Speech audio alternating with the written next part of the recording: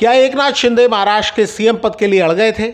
Times of India की report में दावा किया गया है कि 28 नवंबर को दिल्ली में हुई बैठक में शिंदे ने बीजेपी हाईकमान से गुजारिश की कि उन्हें सीएम पद से न हटाया जाए।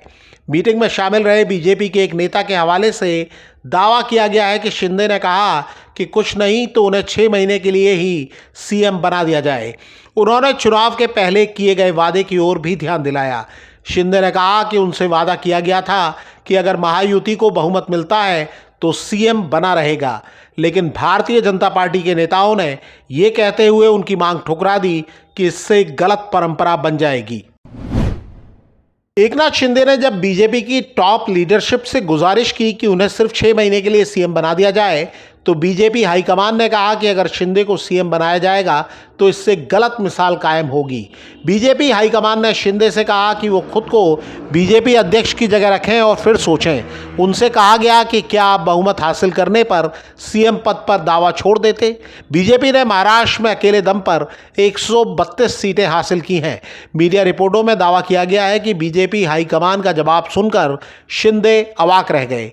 रिपोर्टों में दावा किया गया है कि दिल्ली में हुई इस बैठक में देवेंद्र फडणवीस, अजीत पवार, प्रफुल्ल पटेल और सुनील तटकरे भी शामिल हुए थे। महाराष्ट्र के कद्दावर नेता देवेंद्र फडणवीस की मां सरिता फडणवीस अपने बेटे को आधुनिक अभिमन्यु मानती हैं। महाराष्ट्र के चुनाव नतीजे आने के बाद सरिता फडणवीस ने कहा था कि उनके बेटे देवेंद्र फडणवीस प्रधानमंत्री नरेंद्र मोदी के पसंदीदा हैं और बीजेपी में हर कोई चाहता है कि वो महाराष्ट्र के सीएम बने।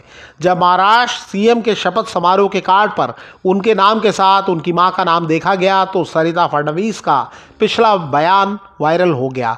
सरिता फडणवीस ने कहा था कि सब लोग चाहते हैं कि देवेंद्र फडणवीस सीएम की भूमिका निभाएं। सरिता ने कहा कि उनके बेटे की अथक मेहनत और लोगों के प्यार ने उन्हें महाराष्ट्र में जीत दिलाई। विपक्ष की ओर से निशाना बनाए जाने के सवाल पर उन्होंने कहा कि यही कारण है कि उन्होंने खुद को आधुनिक समय का अभिमन्यु बताया। वो जानते हैं कि चुनौतियों का सामना कैसे करना है।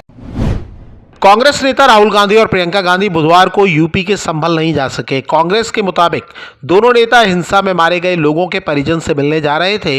यूपी पुलिस ने उनके काफिले को गाजीपुर बॉर्डर पर रोक लिया।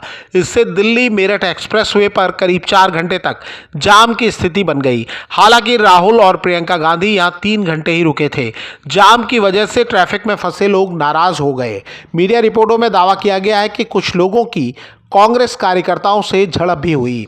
राहुल गांधी ने इस दौरान कहा था कि वो पुलिस की गाड़ी में अकेले जाने को तैयार हैं, लेकिन अधिकारी इसके लिए तैयार नहीं हुए। राहुल गांधी हाथ में संविधान की प्रति लेकर एक कार पर चढ़ गए।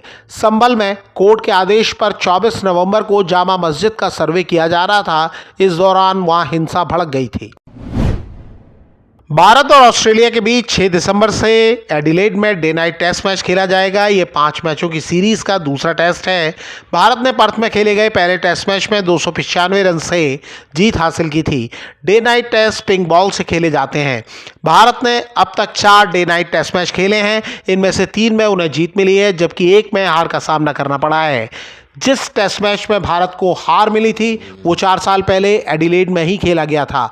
ऑस्ट्रेलिया ने अब तक 12 डे नाइट टेस्ट मैच खेले हैं और 11 मैचों में जीत हासिल की है।